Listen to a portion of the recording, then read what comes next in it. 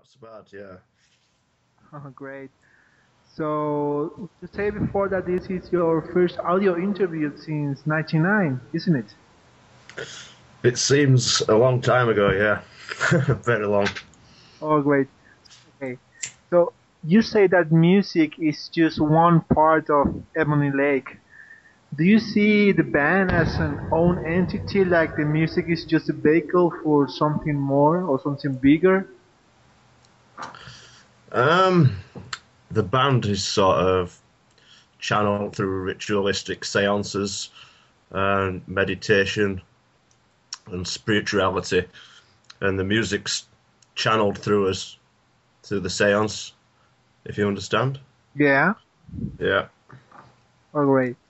Maybe the kind of music that you do today is better considered than back then in '98 or '99, with a lot of bands coming out and making success in this so-called avant-garde metal style. It usually happens that that kind of people in the beginning hates you and then loves you. Yeah. Yeah. Um, well, back when we were originally going, it's obviously it's not everybody's cup of tea, Yeah. So but at the time it wasn't understood at the time, but as time's progressed, we feel that this kind of music maybe has become a bit more tolerated. Maybe you know, um, music's gone off in all different directions. And Right. So in these 10 years you have been out of music, the extreme metal scene has become very popular. Do you identify yourself in any of these extreme metal scenes of today? of today, Yeah. um, I don't really know because there's that many subgenres of music, especially metal. I mean, where do you realistically put it in there? It's got elements of lots of different things, metal being one of them, but orchestral and other things as well. So I don't know. People have sort of labelled it avant-garde black metal, but um, it's a very loose tag, a very loose definition. But Right. we're happy to be involved with that, because we are bordering on that sort of sound and style. Okay. So the music you create with Ebonylake tends to confuse people or make them fall into your trap. So is it your intention to make your sound so complicated to the average listener, or it just comes that way? Well, if you've never heard that type of music before and you're suddenly open to it, it's a it's a huge shock to the system. It takes some digesting, obviously, but it's not our intention to shock anyone. It's definitely music that comes from us and we hear it ourselves and we portray it. Right. So talking about complicated things, do you think the kind of art you create is difficult to reproduce on stage? Maybe if we could talk about you doing live shows in the future or in a European tour, do you see very difficult to reproduce that sound live? Uh, we have spoke about it at length, both myself and Aphelius. We have contacted several musicians who we feel could do a job. Obviously, it would be a mammoth task to strip the sound down to make it audible through in a concert situation. But it would be a big job, but we feel we could pull it off if we needed to. But it would take a lot of time, obviously.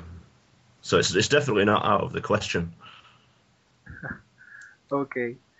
So, Matt, people often mention you as a cult band. Do you consider yourself as one? Definitely not. Definitely not. Um, uh, Cult band. I mean, You know, I see cult bands myself as like Celtic Frost, Dark Throne, this sort of stuff. They're like cult bands. Bathory are cult bands. We've been around and have a long legacy. We've only done like one album, and this is only our second one in 12 years. So I don't know. Cult's a big word. Yeah, I know. So you had 10 years in which no one has heard from you, and we all know you're a band who is very influenced by literature or films. Which books or films released in these 10 years, in these last 10 years, really catch your attention? The last 10 years. Yeah. Hmm, that's a tough one.